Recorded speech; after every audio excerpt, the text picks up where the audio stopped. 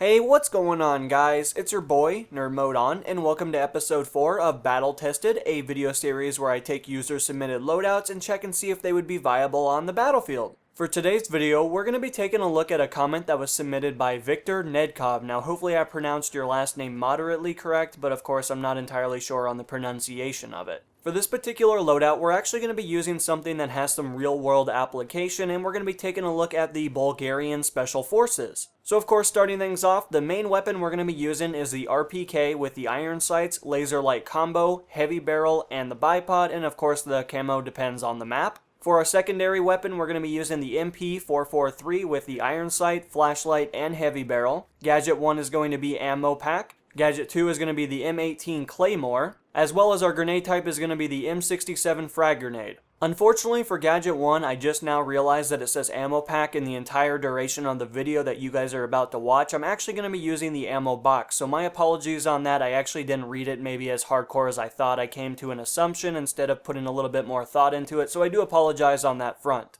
And of course, he also writes a really heartfelt message saying, I love your videos, don't stop what you're doing and keep going on. So of course, I do really appreciate that. I do put a lot of effort in the videos, but without further ado, let's kind of jump right into it and give you guys some information about the RPK. So of course, the RPK-74M, or it's more commonly referred to as the RPK now, considering that the summer patch had to recreate the name of it, considering that there must have been some licensing issues that came associated with using the name. So the RPK is actually classified as a light machine gun in Battlefield 4, which does make sense when you look at the overall characteristics of the weapon and the weapon by itself, considering how it's designed and the roles that it's meant to play. The RPK does have a rounds per minute of 600 rounds per minute, putting it on the lower spectrum when it comes down to the amount of ammunition that it can put down range, but of course it does have some good attributes that we'll talk about here in a moment. This particular weapon does have a velocity of 600 meters per second, which is definitely on the lower side in comparison to a lot of its competitors when it comes down to the amount of ammunition that it can dish on range. However, with that said, it does have a lot of great attributes that we're going to talk about when it comes down to the damage. So of course, starting things off, the maximum damage that this weapon will do is 30 damage up until 8 meters. Now of course, after 8 meters, you're going to see a gradual decline of damage being outputted at range, and the minimum damage that this weapon will do is 20 damage at 65 meters. So with this particular weapon, you can be expecting to shoot 4 to 5 times at players to drop them, of course, and get the kill confirm notification that does pop up on screen, which overall isn't too bad for a weapon of this configuration, especially if you compare it to the assault rifles and other weapons.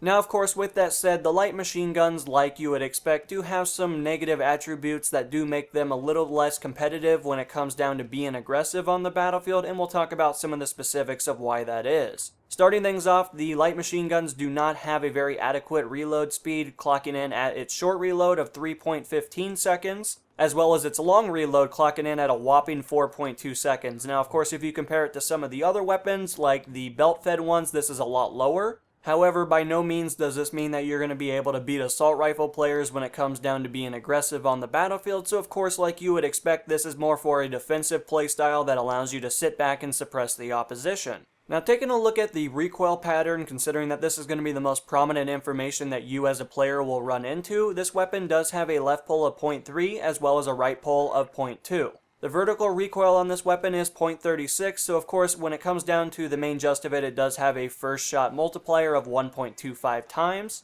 However, I didn't really find the recoil to be too outrageous when it came down to it. There's a lot of assault rifles that kick a lot more than this particular weapon when it comes down to the first shot multipliers and all the general information when it comes down to vertical recoil. And as a result of this, I felt like it was pretty easy to tame the beast, so to speak, so of course I didn't really struggle too much with compensation when it came down to trying to keep my sight on target and overall just downing players in the process. And last but not least, I want to quickly bring up the aiming down sight accuracy. This is a statistic that most people usually skip over or don't talk too much about, but it's very important when it comes down to accuracy at medium and long range, and it's one of the most prominent things, especially when it comes down to hitting players or even missing them. So of course, the RPK in this particular case does have an aiming down sight accuracy of 0.2, especially if you're standing still. However, if you decide to be running and gunning or strafing, you're going to be penalized with a aiming down sight of 1.5.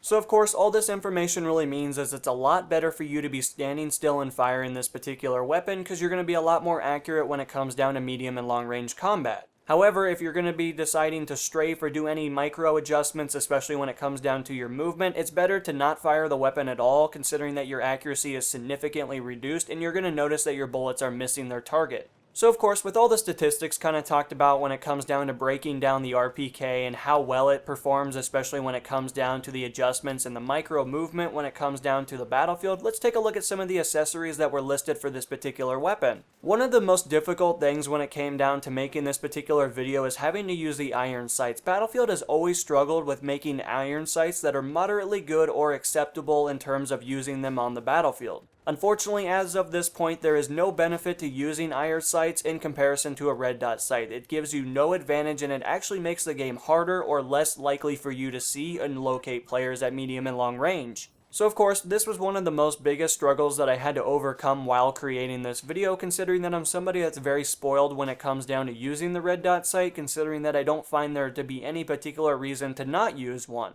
However, it was definitely very refreshing to use something different, and I did find it to be interesting when it came down to using this particular weapon in a more negative sense when it comes down to how the weapon looked and being able to just kind of look at and admire the housing of this particular weapon. Now, of course, the laser light combo is usually a pretty good attachment, especially if you're somebody that's going to be extremely aggressive, like using a PDW or the AEK, which is definitely very good at taking out players at close range. However, I didn't really find the laser light combo to be very effective on the RPK, considering that light machine guns in Battlefield 4 or even the Battlefield franchise by itself are known for having abysmal hipfire accuracy in the first place. So I felt like allocating a resource and an accessory in this particular case to try to take something from a terrible state to a less terrible state didn't really make a whole lot of sense in the first place, but of course the light combo was definitely useful in some particular cases. Now, of course, the heavy barrel is definitely an attachment that isn't terrible by itself. It's seen a lot of adjustments over the year and a half that Battlefield 4 has been released, and even if you look at the previous Battlefield titles like Battlefield 3, the heavy barrel was one of the best attachments in the game.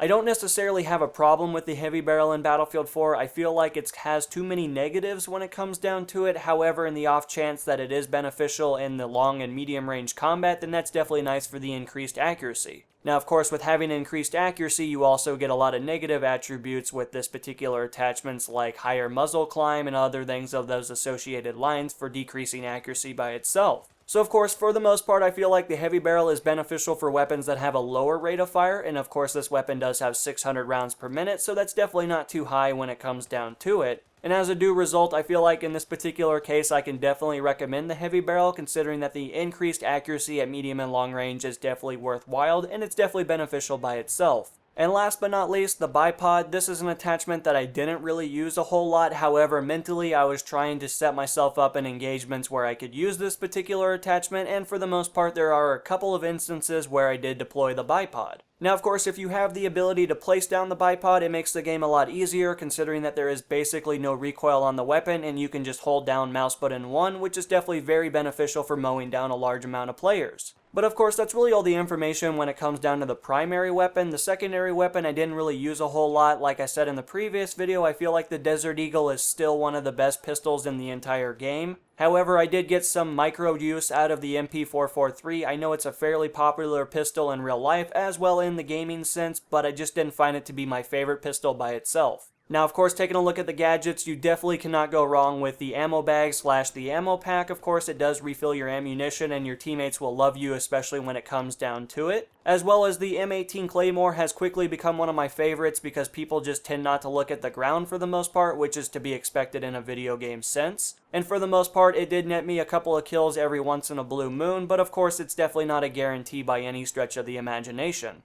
And of course, taking a look at the grenade type, the M67 frag grenade is extremely powerful, and if you're caught within the radius of its destructive capabilities, it does demolish your entire body, so of course it's definitely beneficial for killing players in certain locations. But anyway guys, when it comes down to the conclusion of this particular weapon, I do give the weapon a seal of approval. However, I do wish it did have a red dot sight, considering that that would have made my recording process a lot easier. However, it is definitely a very good weapon by itself, and I do recommend it if you're trying something new. But anyway guys, that's really all the information when it comes down to the RPK. Of course, if you guys would like to recommend a loadout for the next video, leave a comment down below with a similar format as this gentleman did, and hopefully I'll be able to get that out within a timely manner. But anyway guys, this has been NMO, and I'm going to be signing out guys. Peace.